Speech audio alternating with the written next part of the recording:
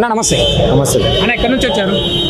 ఈరోజు ఈ సమావేశానికి మేము ఉమ్మడి మహబూబ్నగర్ జిల్లా అంటే నారాయణపేట జిల్లా నుండి ఉట్కూరు మండలం నుండి ఈరోజు హైదరాబాద్కు బూత్ లెవెల్ ఏజెంట్ సమావేశాలకు రావడం జరిగింది.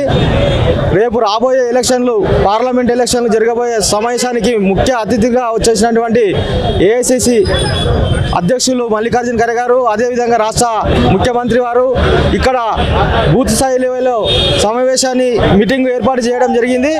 ప్రతి 33 జిల్లాల నుండి ప్రతి కార్యకర్త బూత్ లెవెల్లో ఇక్కడికి హైదరాబాద్కి సమావేశానికి రావడం జరిగింది.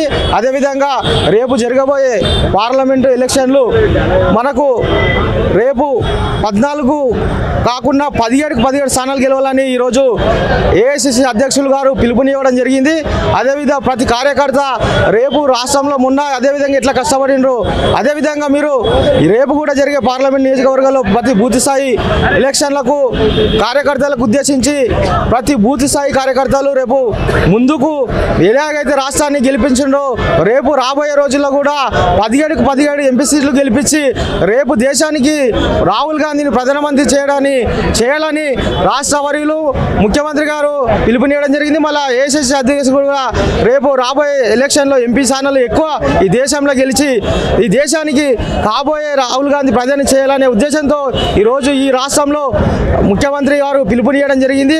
అదేవిధంగా ఏఐసిసి అధ్యక్షుల వారు కూడా ఈ రాష్ట్రంలో ప్రతి కార్యకర్తకు మీరు కష్టపడితేనే మేము ఈ స్థాయికి వచ్చినామనే విధంగా రేపు ఈరోజు కార్యకర్తలను ఉద్దేశించి మళ్ళా అదేవిధంగా మన యనుమల రేవంత్ రెడ్డి గారు సీఎం గారు కూడా మాట్లాడడం జరిగింది.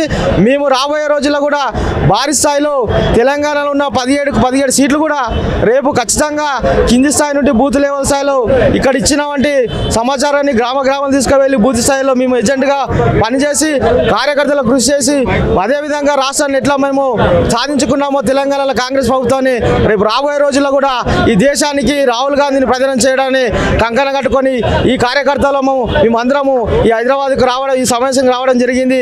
మేము అదేవిధంగా రేపు రాబోయే రోజుల్లో భారీ ఎత్తుగా మేము 17 స్థానాలు గెలిపిస్తామని మేము ఖచ్చితంగా చెప్తున్నాము.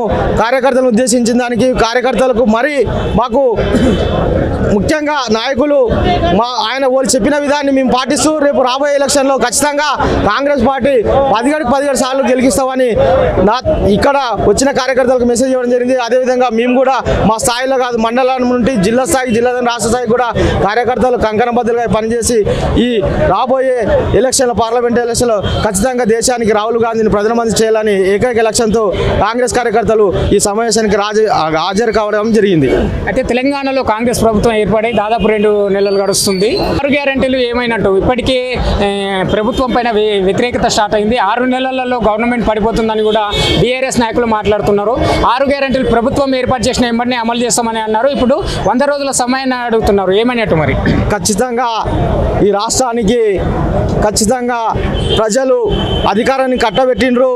ప్రతి ఇచ్చిన ఎలక్షన్ హామీలు 6 గ్యారెంటీలు ఖచ్చితంగా అమలు చేస్తామని సీఎం రేవంత్ రెడ్డి గారు కానీ ఖర్గే సార్ కానీ మొత్తం మాకు ఖచ్చితంగా ఇంప్లిమెంట్ చేస్తాము.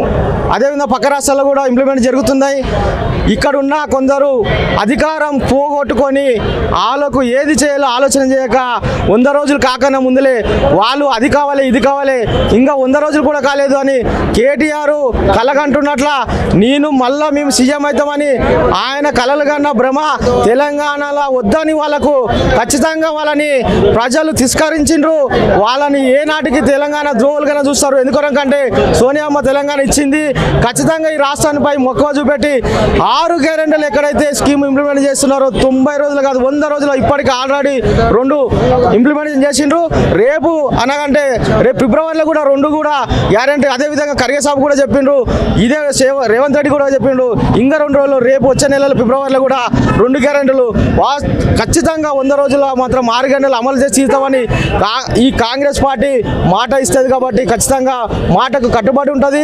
ఈ టీఆర్ఎస్ వాళ్ళు ఏదో రకంగా వాళ్ళు కొంత పబ్లిక్ని చేసి అది ఇది చేసినారని వేల కోట్లు లక్షల కోట్లు ఈ తెలంగాణ దోచుకొని పోయిన కేసీఆర్ ప్రభుత్వాన్ని గత ప్రభుత్వాన్ని ఇప్పుడు మళ్ళీ బదనాం చేయడానికే కానీ కేసీఆర్ కుట్రలు చేసి గవర్నమెంట్ని పడగొడతామని చేస్తున్నారు. 6 గ్యారెంటీలు చేసి చూపెడతామని కార్యకర్తలకు కానీ ప్రజలకు కానీ రేపు ఇచ్చిండ్రు హక్కు కాబట్టి ఖచ్చితంగా గవర్నమెంట్ ఏదైతే ఎలక్షన్లో హామీలు ఇచ్చిండ్రో 6 గ్యారెంటీలు కూడా ఖచ్చితంగా చేసి తీరుతామని ముఖ్యమంత్రి కూడా గంటబద్ధంగా చెప్తున్నాడు. దాని పబ్లిక్లో తప్పుదోవ పట్టించడానికి ఇంకా రైతు బంధు రాలేదని, అయ్యా రైతు బంధులు ఆల్రెడీ పడుతున్నవి, ఈ రోజు లాస్ట్ వరకు రైతు బంధు కూడా ఇస్తున్నారు. మీరు దోచుకున్న నిధులన్నీ ఖాళీ అయిపోయినాయి తెలంగాణలో. అదేవిధంగా మొత్తం లూటి చేసిపోయిండ్రు మీ ఫ్యామిలీ అంతా. రేపు రాబోయే పార్లమెంట్ ఎలక్షన్లో కూడా మీరు ఒక్క ఎంపీ స్థానం కూడా గెలవరు, మీకు ప్రజలే బుద్ధి చెప్తారు.